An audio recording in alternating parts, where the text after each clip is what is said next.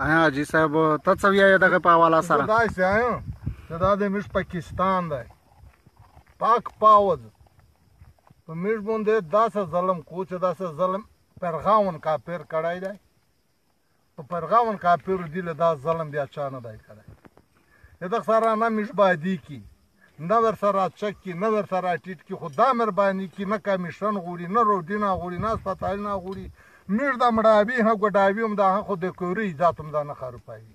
موږ پښتوني موږ د کوري ذات ډېر لوی مشکلات دی چې دا کیم پارنده وال ټکاول کړي دي.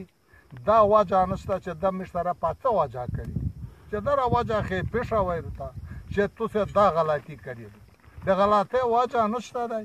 موږ په لاوړ په خارجي په ټیپک په کنټاغینا د کورینه تا ګډاول د ترساره به د تکاول دا موږ مهرباني کی چې دا د موږ پاکستان پاوت دا موږ سره نارمي حکومت ذات نه خرپای چې دا کیما دا خبره تو زور و دي او نن د میش ملګری دا غوړي چې د میش په هلاکا کې امن نشتا.